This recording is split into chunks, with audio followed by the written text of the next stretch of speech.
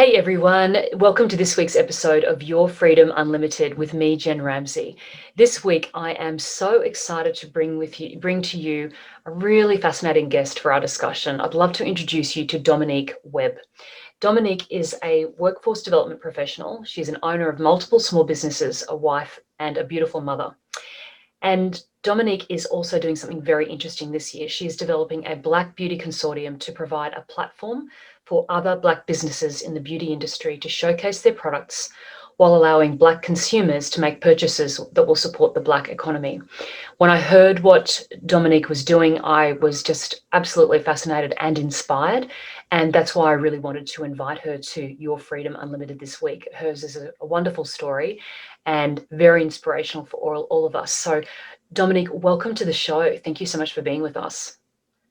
Thank you for inviting me. It's an honor for me to be here. Well, it's an honor to have you, and I'm really excited about what you're doing. So before we start actually talking about this amazing new venture that you've got, I'd love it if we could, as we always do on Your Freedom Unlimited, to wind back to hear a little bit about your background and some of your backstory and your journey to where you are now. So I guess the first place I'd like to start would be your early life and what influenced you and who influenced you in that time. Okay. Well, I live in Wisconsin, and I was born and raised in Milwaukee, which is the larger city in Wisconsin. And I am one of two children, and I have a younger brother. And I would say that I was most inspired by my mother. My mother worked in the medical community for a number of years as a medical assistant, and she took her work very seriously. She wanted to be a doctor when she was a child, but she was one of 11 children. She was the second oldest, and she ended up being, by default, a second mother to her siblings, and would subsequently become a mother figure then to her siblings' children and other children in our extended family. So she wanted to be a doctor as a child, but she wound up taking another path and becoming a mother herself and having me and my brother. But her passion to care for others, it never left her. She would spend her weekends with me and my brother in tow, traveling to and from her siblings' houses and carrying health pamphlets, Band-Aids, alcohol swabs, pencils, pens, anything that she thought might be, beneficial or practical in their households while they rear their children. And she would always offer them stern advice and give them some biblical insights, as she was a Christian woman, and her beliefs were very dear to her as well. So she always imparted words of wisdom and biblical insights to everyone, especially her siblings, when she would visit. So we would do that. She would also participate in lots of community activities that were Afrocentric, as well as artistic and cultural. She loved music, she loved color, and she loved people. So I spent a lot of my time with her. She was very attentive as a mother. So my brother and I spent a lot of time with her in her endeavors. It was later, after she passed away this summer, that I wrote her obituary with the help of my cousin. And that was when I recalled all the things that my mother had done and who she was. She was an advocate for Black Lives Matters before it became trendy. She was always that in our community. She started. She's the founder of the Black Clowns Association. And the Black Clowns Association, she started to counter the violence in our community that many Black children had become accustomed to, losing people near them and seeing violence in their community. She thought this could be a way to, avert some of that by bringing some joy into the community. So she founded the Black Clowns Association, and she hired many children, including children in our family. Nearly every child in my family has been a clown. There's not one person in my family I cannot bribe with a picture of them dressed in clown clothing to this day. So she founded the Black Clowns Association, and she ran it until she passed away I think she started it, I would say, in 1996. And she was a one woman show for the most part. She called herself Dottie the Clown, and she was very funny. She was an offbeat type clown. She wasn't the typical clown. She had her own sense of humor. She's a witty woman, and she did that along with other things. She was a poet. She was a part of the Inner City Arts Council. She was a journalist. She wrote for the Community Journal and several other well-known Black papers here in Milwaukee. And she interviewed people, local celebrities as well as nationally known celebrities. And so I grew up watching my mother wear all these hats and do all these things. And that was just quite normal for me. That's just who she was. And it wasn't until she was gone, like, unfortunately, with so many people, that it really resonates with you who your parents are and how much you are of your parents. And so in that, I am very much my mother's daughter. I, like her, am very compassionate. I care about people. I care about my community. I am a natural caregiver. I share information. I'm a confidant. People call me for advice, and I'm trusted. People deem me credible. Such was my mother, the same person as she, in that way. And I would say she inspired me to be who I am today. I, like her, am wearing all these different hats. I'm a mother. I ended up becoming somewhat of a journalist when I became a ghostwriter for the previous CEO of the organization I work for today. Wow. For one of the very same papers that my mother used to write for. While I don't have any jobs entertaining people, and I never myself was actually a clown, I always gave her pointers, which she would shoo me away. I was always trying to tell her how to do something, and she'd shoo me away. And because she said I thought I was a know-it-all. And I was. So, but like her, I have a lot of different things that I do. I have several businesses, and now this interest that I have in beauty, like my mother was into fashion as well, and beauty. And she used to take me to fashion shows, actually. She used to go to the fashion shows. Fashion Fair is it's a Black cosmetic company. It's one of the first Black cosmetic companies in the US. Mm-hmm. And they used to have shows here, and they would travel through the US, and she would take us, me and some of my cousins, every year to that show. My mother was pretty much a trendsetter. She would dress however she wanted, and it was usually very flamboyant wherever she went, whether it was appropriate or not. Usually for me, it was inappropriate because she was my mother and it was drawing attention to her. And then that would mean it was drawing attention to me. And so that was troublesome or worrisome for me. But yeah, I have a lot of who I am, my tenacity, my wit, my compassion, and the things that I am. I am her. Yeah. And she inspired me greatly. She sounds like such an amazing woman. And before I so appreciate you sharing, your life, but your early life, but also some of her life. And what an incredible woman to be one of 11 and then be so nurturing and supportive of her overall family, plus do all of these other things, run her own businesses, clown, and also be into fashion. So she's very incredibly, it sounds like an absolutely amazing woman. And I'm sorry for your loss in terms of losing her. It's always very tough when a parent passes. So I'm sorry for that.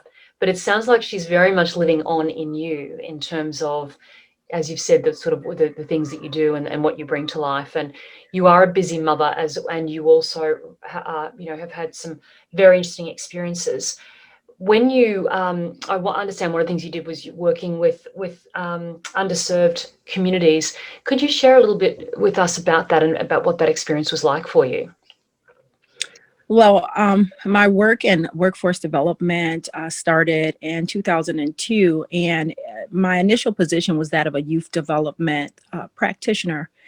First, an apprentice, and then I was trained up to become a practitioner, in which I looked after children in communities that were labeled as at risk. Mm-hmm. So I worked with these at risk youth that were out of school youth. Those are the terms that the government assigned to them. This was a government program. And so I worked with these out of school at risk youth to connect them to employment or training opportunities, or to get them back in school. Many of them had been out of school because they did not have the support they needed to stay in school. They did not have parents. They may have been come into trouble with the law and end up in detention centers, all sorts of things. So I started working with the youth.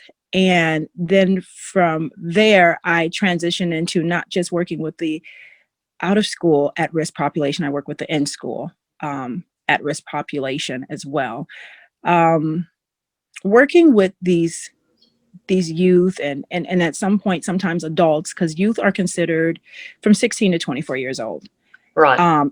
And sometimes I did work with older populations, but oftentimes, as you mentioned, underserved is what they were categorized as. And just to see the obstacles that they had in front of them, the fact that they were even before me to receive anything from me, just demonstrated such perseverance that some of the stories, people having lost several people in their immediate family to violence or disease, because there is an overrepresentation of chronic illness in the community as a result of inequality as it relates to receiving services and education, right? So when we get an education, we get a post-secondary education, higher education, we learn to do things better. If we go, even in our secondary education, if we're in a good school district, we learn why health, and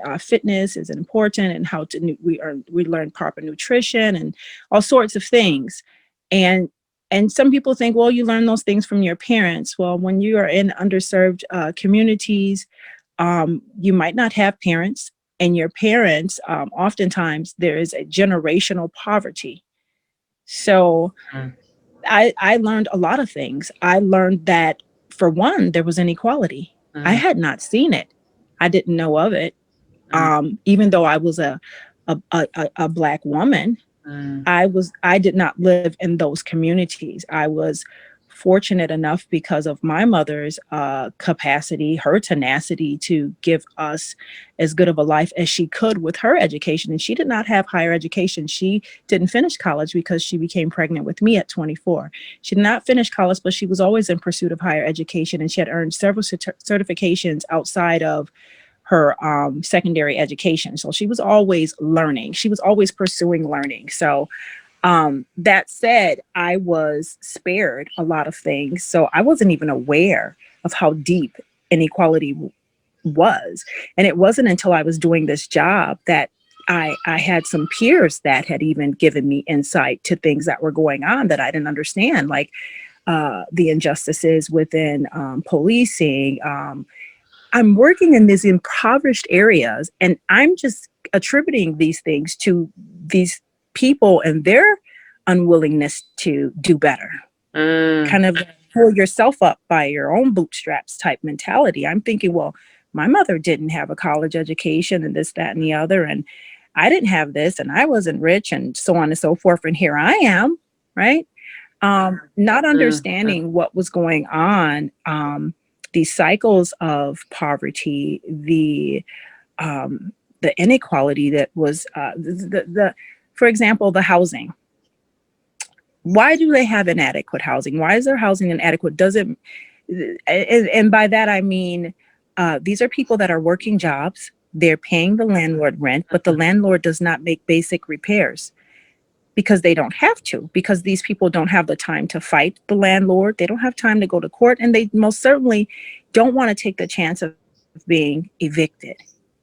So, but I would judge because I thought, well, if they take advantage of this program, these things I'm offering, they most certainly can do better. And see, the government is offering this. So I learned that it was not as simple as I thought. There was a lot I did not know. At the time, I was only 24, 25 years old. So I had barely an inkling as to what was going on. I just thought if you do the right things, then good things will happen for you.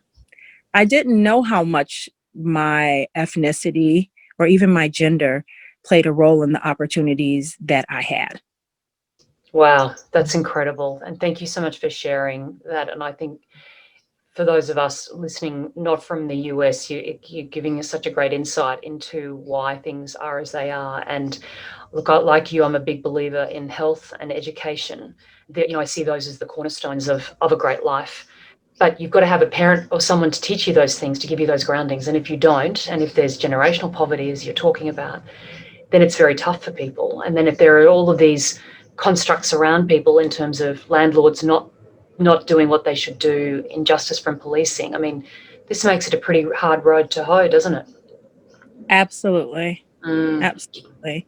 So I had lots of lessons to learn and about life and about life in America and about life as a Black woman in America and then life as a woman. Um, I had heard all of these things and I just didn't know, and then slowly, you know, um, it started to become clear what was going on around me Mm, and that it wasn't going to be as easy as this nice woman coming to the home of this 16-year-old high school dropout and sharing with them program information and having them attend these programs that I had developed and then implemented into their community. For me, I was just thinking, you just need to go, you just need to do this, you just need to connect yourself to this and everything would be okay. They still had to go home. mm, Right. And in some mm, of these cases, these homes that they were going into, they were not supportive. And I don't say that to say that they weren't happy about what I was doing with, at the time, Miss Fisher, that was my maiden name, what I was providing for them. It mm, was that they didn't have anywhere to put their things, or they could not wash their clothes in a washing machine, or they may have shared a room with several people, or they may have had several people living in their house. Some people may have substance abuse issues. There may be screaming children. There was a number of issues that would interfere with them being successful. So when you see people who come out of poverty stricken situations, that come out of the core of the city or were considered at risk, they had to overcome a lot to mm, be successful. It's really incredible. These are some of the most brilliant people I've ever encountered that have come out of these situations. Because it is, I mean, it takes so much. And I thought that it would be as simple as me sharing information. mm. I was really naive for a really Well, long time. well, you and me both. I mean, and you've worked in these situations. I haven't, but it's just, you're right. There's so much more than meets the eye, Hmm. and this is, I think, the problems for governments and service providers. They think, oh well, we'll just provide the information, build it, and they will come. But it is very hard when people are in these really stricken circumstances, where there is, fancy not having a place to put your personal belongings, or a place where there is no privacy, and that's, to me, sounds like one of the issues. Or you're So, hungry. yeah, you're hungry, you don't have food in your stomach. Yeah. So how did you then, that I just think that I want to come back to, you talked about learning about life as a Black woman, as a Black person, and as a woman. I want to come back and talk about that in just a moment. But before we go there, I just wanted to ask you, with, so you said you were naive, you're in these communities and wanting to provide this service, but clearly it's not as simple as going and taking the leaflets and talking to them. How did you bridge the gap? What did you find worked for you, or how did you deliver, get an outcome that to help people? What did you do? Demonstrate my commitment to them, Mm-hmm.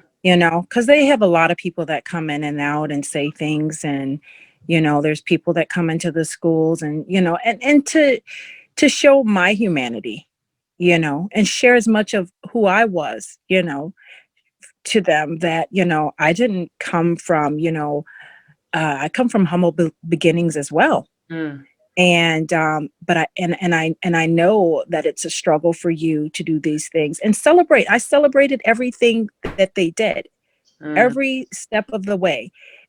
That's important because many times these are young people who have never heard anyone say, "You're smart." or you have potential, Mm. or that was really clever, or you're funny, or any positive things are being said to them, or you have nice eyes, or Wow. just paying compliments, being complimentary and supportive. I mean, I was, like I said, 24, 25 years old, and I would be showing up at meetings at school with these young people. I wasn't that much older than them. In Mm. many cases, they might be 17, 18, 19, 20, and I would pick them up. If I saw that someone needed a winter coat, I'd take money out of my pocket, buy the coat, try to get reimbursed. I'd piece together whatever I could so that I could show support to them. I would show them that I did not want anything to get in the way of what we were working towards, but I had to make sure that they did it on their own so that they could get that sense of achievement, that Right. real sense of achievement. I'm going to assist you, but I promise you, you can do it. You Yeah. just need a little help. Mm. And it might be something as little for a lot of these young people. It's just something as simple as a transportation allowance to Wow. get to and fro. That's it, Is it? because they are bright enough, they are eager enough, they are curious enough. They will go to work, they will do the work, but they just, again, like I said, a lot of times it's the support that's not there because you're dealing with situations where there is a lot of generational poverty and lack of education. There's literacy issues, Mm. all sorts of things. So I Wow. hope that answers your question. I can Abs- ramble. no, you've perfectly answered. I'm loving this conversation, and what I think I've heard you say there is that you were a consistent, you were a consistent person in their lives.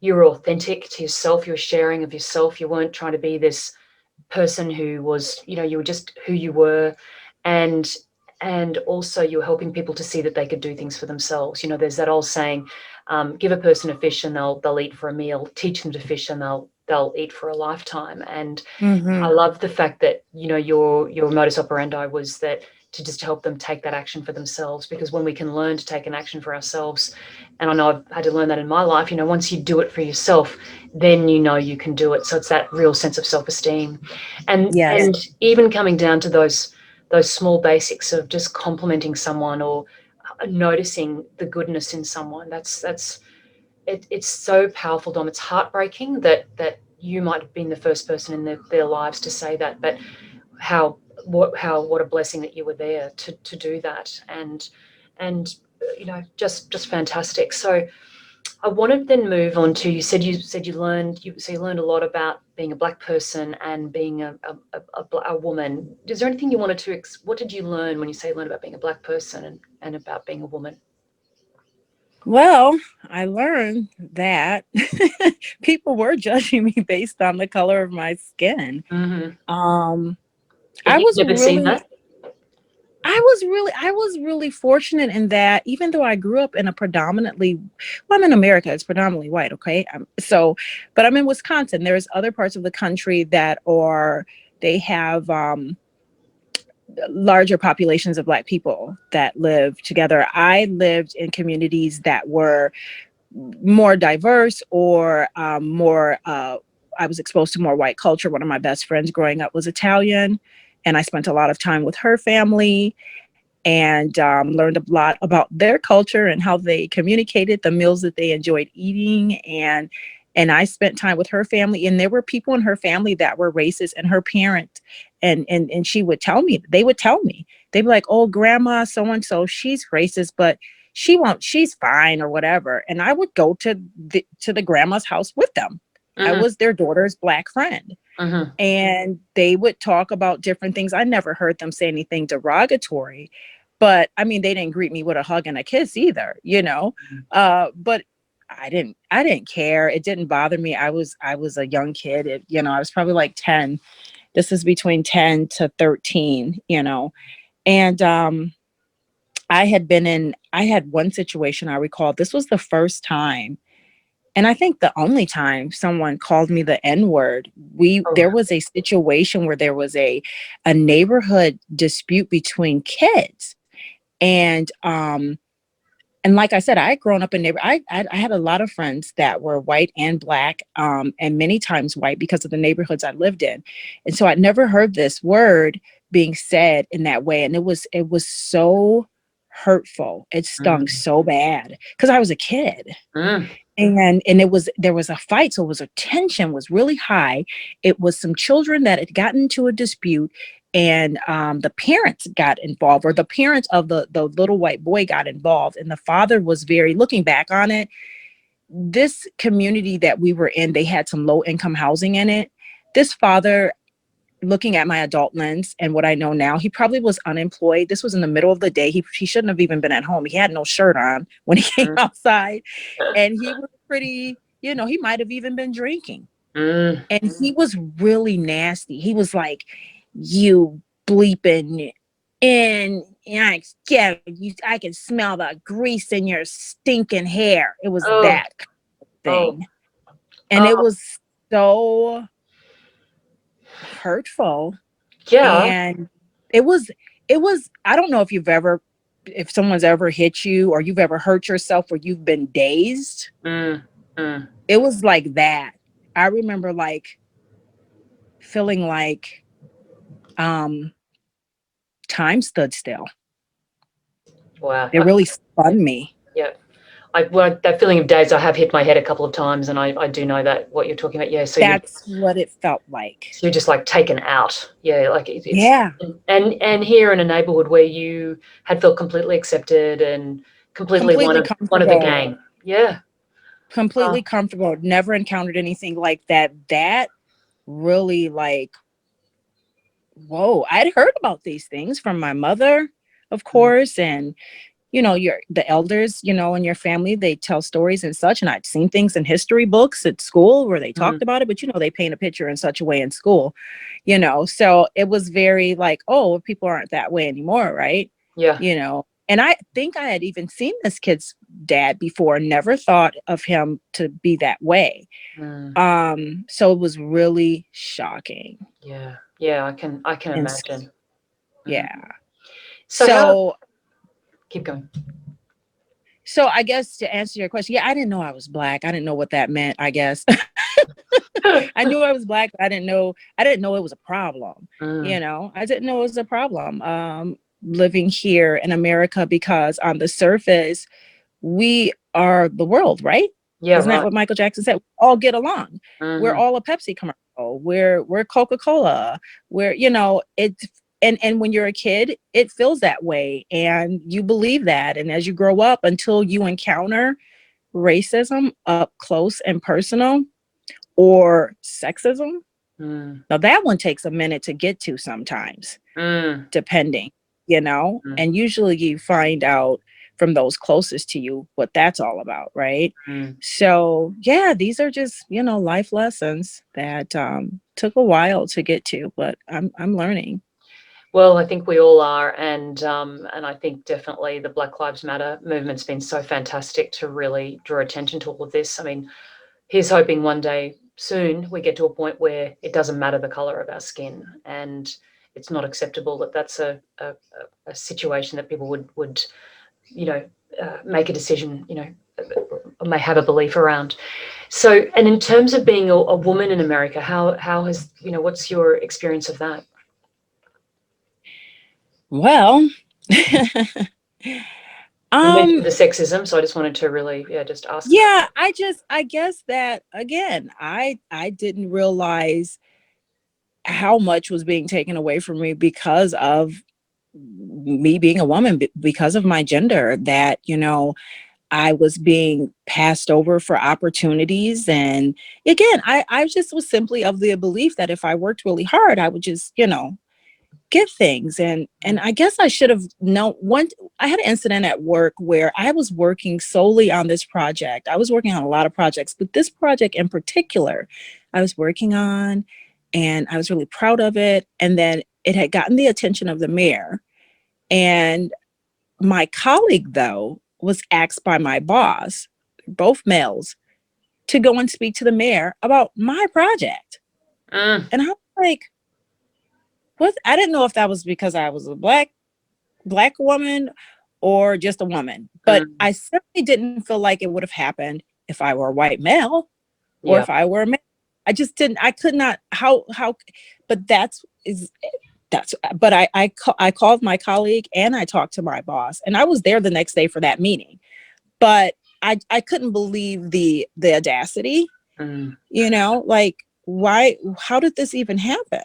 Mm. Why is this happening? I've been working very hard on this project, but it was just taken away from me, essentially, Yeah, but you know. that's right. It sounds like So you stepped back in, and that's the I did. that's about advocating for yourself, isn't it? This is, Yes. I have to say I've had an experience in the workplace where, yes, where not where something's been taken away from me, but because a male had thought that he could take me down and could speak to me in a particular way because I was a young woman, about 25. Mm, And mm, it was funny. It was in that defining moment that I actually turned around and, for the first time, I think, really advocated for myself. And that's where I really learned that actually didn't matter what other people thought. It was what I thought of myself, and that I could take a stand in a situation without being um, without being overly aggressive, but I could actually be assertive within myself. So, yes. that was a big lesson for me. And sounds like you advocated for yourself very well that day. I did that day, but I think back at different things, and you know better, you do better. Mm, um I had experienced so many things that, looking back, I just thought it was okay, and I just accepted it as a woman, like mm, the way that I was a receptionist at one point, and men would always say all sorts of things to me, mm. and I just took it as a compliment. I thought that was okay, even if it made me uncomfortable. It was more just like, well, that's just, I would excuse them. Mm, mm. And it was bad behavior. Yep. And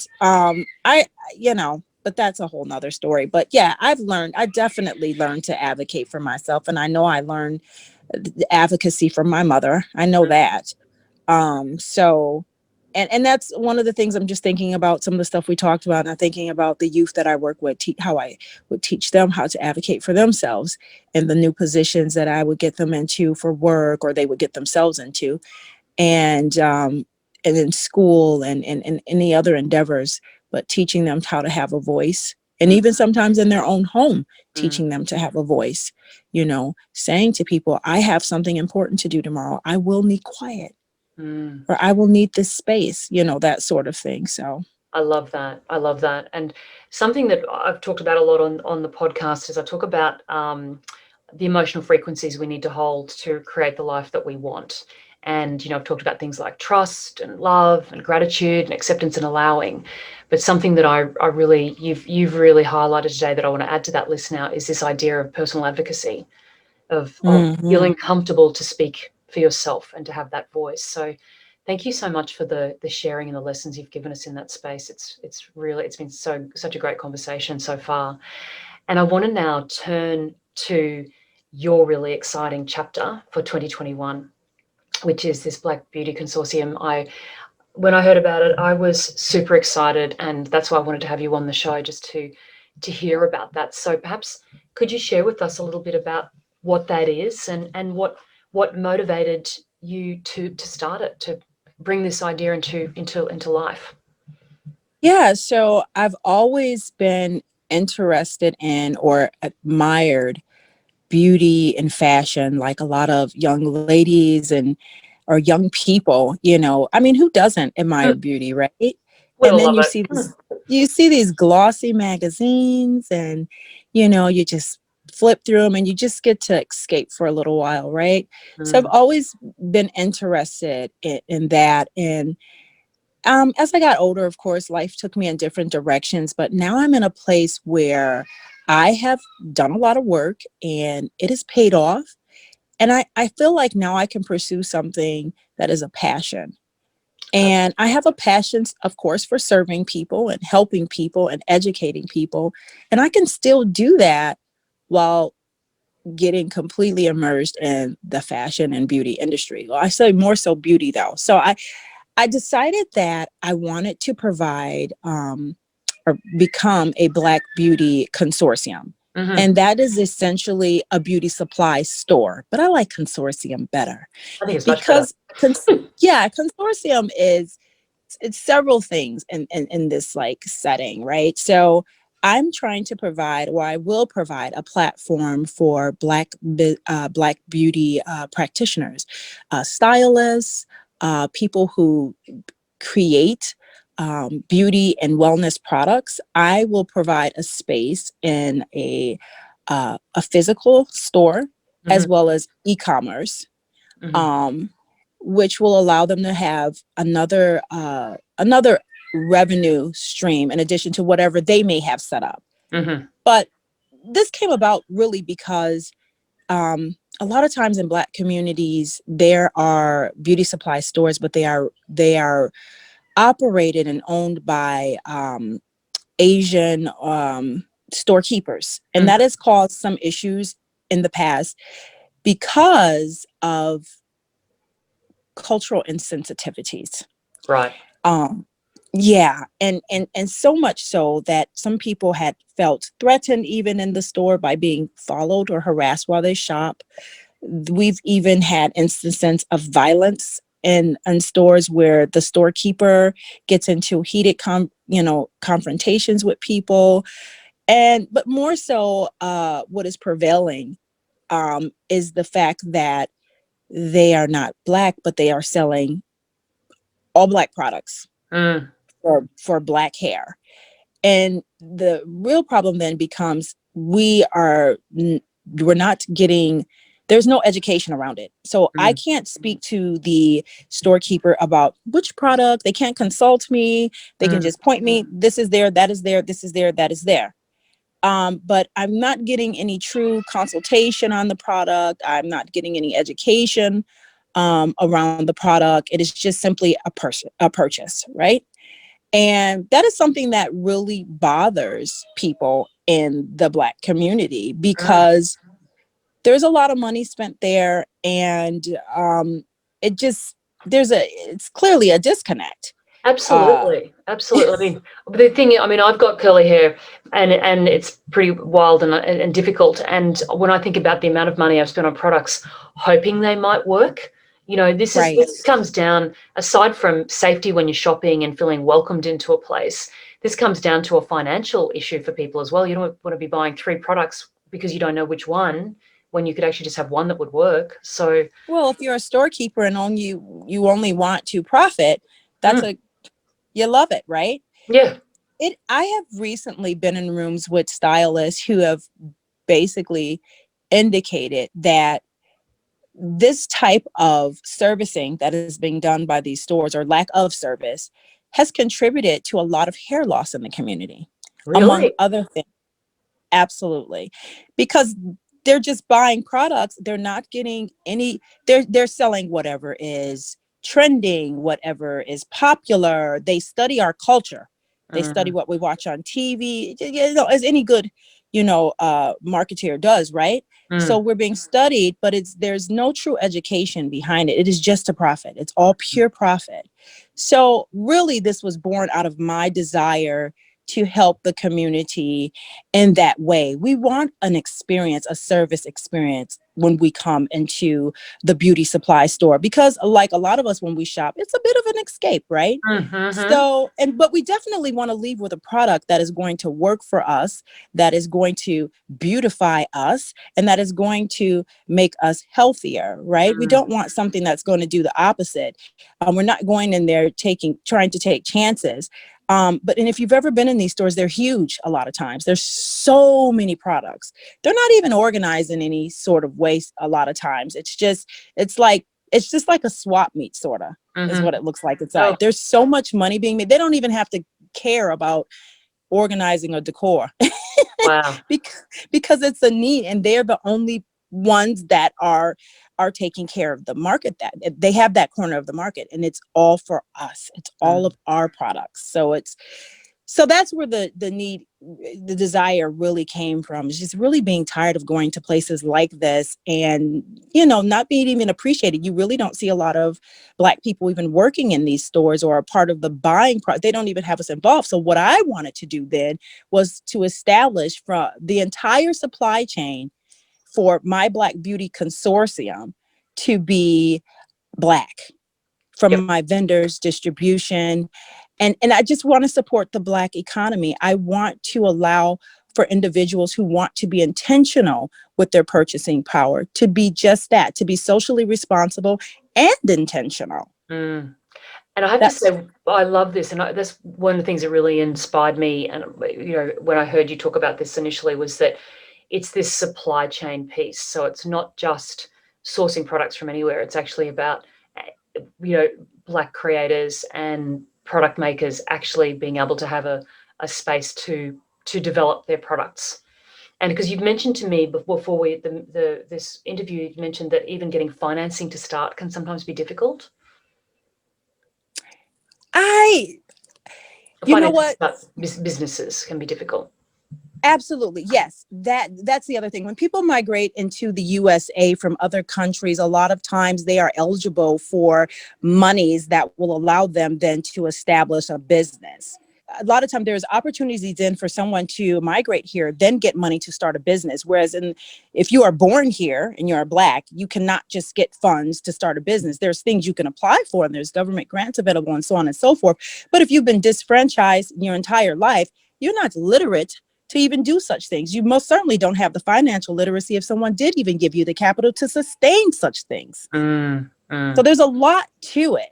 mm, Fortunately for me, like I said, I have been able to establish some other businesses and have some other ventures in which I'm going to be able to start without having to concern myself with, borrowing or that sort of thing. But to get to where I'm trying to go, I am going to need, the assistance of others. And right now I'm doing that by just connecting with different people in the industry, from stylists to chemists to people that work in other facets of the industry, from the digital marketing. I mean, I want every facet of this to support the Black economy. I'm looking for anyone that is of color that can latch themselves onto this idea, and we can all come together and really make substantial change in the industry. And mm. eventually, I would like us to be able to come together back in the continent, go to Africa and have a hair expo. You know how they have the Cannes Film Festival and things Mhm. like that? I would love to have something like that in Nairobi for all of the beauty industry to come together and acknowledge and celebrate Black beauty and its Uh, contribution. well, I think, wow, that I've got goosebumps as you say that. So I think that's definitely on the cards for you. And and that's the whole thing. It's about, you're not looking at this as just a small venture, Dominique. I feel this is a big venture that is going to really empower so many people. Such a great thing. And to be able to go back to Africa would be even more powerful. Really, really great. Yes. Just amazing. Such a vision. And so, in terms of the specific benefits, how do you think it's going to really help creators, Black people who are creators of products or have a creative idea? How will you engage them? How will you bring them on board? Right now, I've been connecting with a lot of individuals using the Clubhouse app that just became available recently to me. It has really opened up a broad. I mean, when I tell you, I have met people all over the world that are in the beauty industry. I met a woman that is curating Black beauty items, Smithsonian style. She's collecting things from around the world. I've met a Nigerian beauty pageant winner, pro basketball player, fashion designer who's having a ball in Houston, Texas, that she's invited me to. I've met a Liberian rapper who has invited me into his realm. So I can't begin to tell you. Mm, that's I right. can't begin to tell you, this Clubhouse has opened up so much. So it's word of mouth right now. Mhm.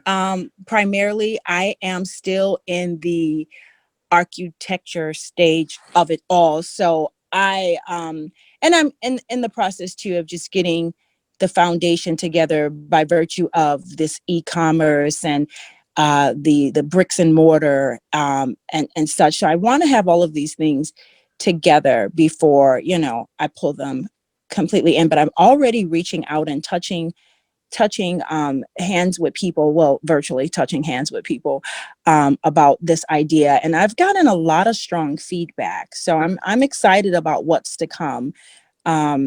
So I hope that answers your question. Absolutely, it does. And it really is an idea for our time. And for those listening to this podcast, if you haven't heard about Clubhouse, it is amazing. And that's how Dominique and I have met. It's actually how she's come to be on the podcast today, is because we've met through this incredible new app. So I'll be putting some information about Clubhouse on my blog that goes with this interview, so you can have a little bit of a look at that.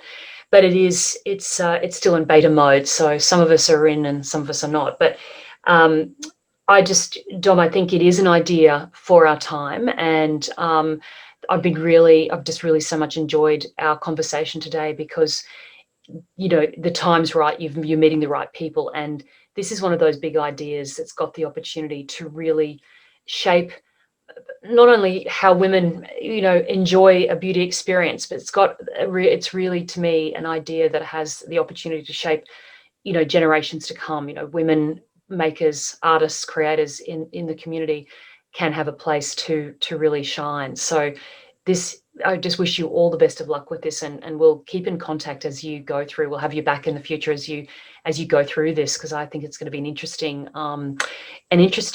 business to track. And that's what we're very interested in here on Your Freedom Unlimited, is how do people really live their dreams and take action on their dreams. And you, to me, are someone who's, as you've said, the time's right for you. You've got the backing behind you now to actually then do something like this. So, Yes. and I guess in closing, a couple of questions, and these questions I always ask on the podcast, and one of them is about what freedom means to you. You're an amazing, courageous woman. You're full of life and doing so many amazing things for people now and into the future. You really, to me, embody this philosophy that I talk about at Your Freedom Unlimited, around living and taking action on your dreams. So what does freedom mean to you? I know it's a big question, but what does it mean to you? Freedom, what does it mean to me? I think that to be free means to be without barriers. Mm.